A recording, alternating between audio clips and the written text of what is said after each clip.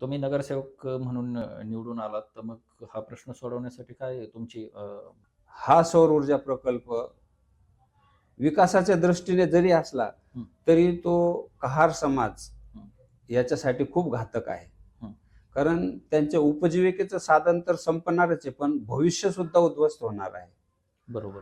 ज्यावेळेस हं, मी काँग्रेसचा नगरसेवक निवडून येईल, हं, फक्त माझा पक्ष माझ्या सोबत राहील.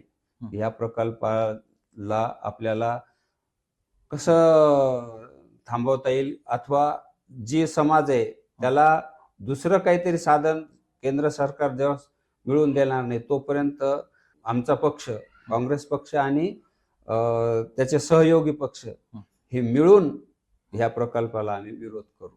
की समाजाची उपजीविका जेव्हा हिरावली जाईल, हं. तर मग समाज जाईल कुठे, काय करेल? कारण समाजाला दुसरं साधन नाही. त्याच्यासाठी जिथे-जिथे आपल्याला ज्या-ज्या पद्धतीने कायदेशीर लढा देता येईल, राजकीय क्षेत्रातील मंडळीला धरून शासनकर्त्यांबरोबर हं. काहीतरी चर्चा करून हा प्रकल्प थांबवण्याचा मी प्रयत्न करेन.